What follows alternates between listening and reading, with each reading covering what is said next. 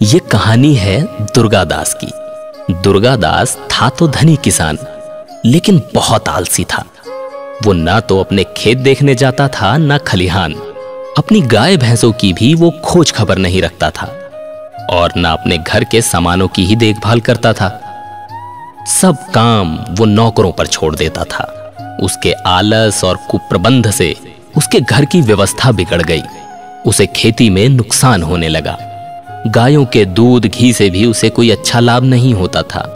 एक दिन दुर्गादास का मित्र हरिश्चंद्र उसके घर आया।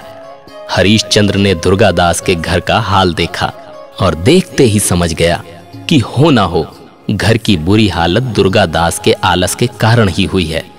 लेकिन वो जानता था कि समझाने के बावजूद आलसी दुर्गादास खुद में कोई बदलाव नहीं लाएगा।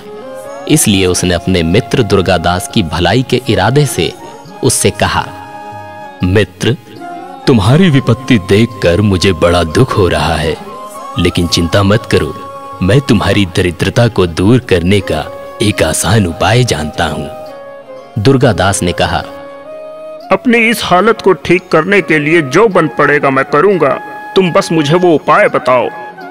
हरिश्चंद्र ने कहा, तो ठीक है, सुनो।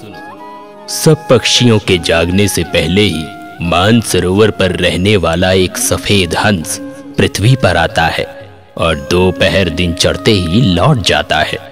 अब ये तो पता नहीं कि वो कब और कहां आएगा, लेकिन जो कोई भी उसका एक बार भी दर्शन कर लेता है तो उसे कभी किसी बात की कमी नहीं होती। हरिश्चंद्र इतना कहकर चला गया। अगले दिन दुर्गादास बहुत सवेरे उठ गया। वो घर से बाहर निकला और हंस की खोज में खलिहान गया। वहां उसने देखा कि एक आदमी उसके ढेर से गेहूं अपने ढेर में डालने के लिए उठा रहा है। दुर्गादास को देखकर वो लज्जित हो गया और क्षमा मांगने लगा। खलिहान से वो घर लौट आया और गौशाला में गया। वहां का रखवाला गाय का दूध दुहकर अपनी पत्नी के लोटे में डाल रहा था। दुर्गादास ने उसे डांटा। घर पर नाश्ता करके वो फिर से हंस की खोज में निकला और खेत पर गया। उसने देखा कि अभी तक मजदूर आए ही नहीं थे। वो वहीं रुका रहा। जब मजदूर आए तो उन्हें देर से आने पर खूब फटकार लगाई। इस तरह वो जहां जहां गया वहां वहां कोई ना कोई हानि रुक गई। सफेद हंस की खोज में दुर्गादास रोज सुबह जल्दी उठकर घूमने लगा। उसके नौकर ठीक काम करने लगे। उसके यहाँ चोरी होनी बंद हो गई। पहले वो बीमार रहता था, अब उसकी सेहत भी ठीक हो गई।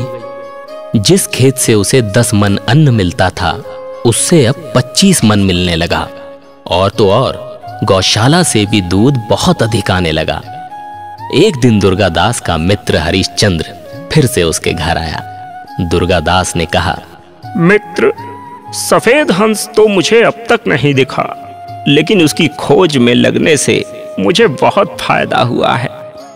हरिश्चंद्र हंसते हुए बोला, परिश्रम यानी मेहनत ही वो सफेद हंस है। परिश्रम के पंख हमेशा उजले होते हैं। जो लोग परिश्रम ना करके अपना काम नौकरों के भरोसे छोड़ देते हैं, उन्हें हमेशा नुकसान उठाना पड़ता है।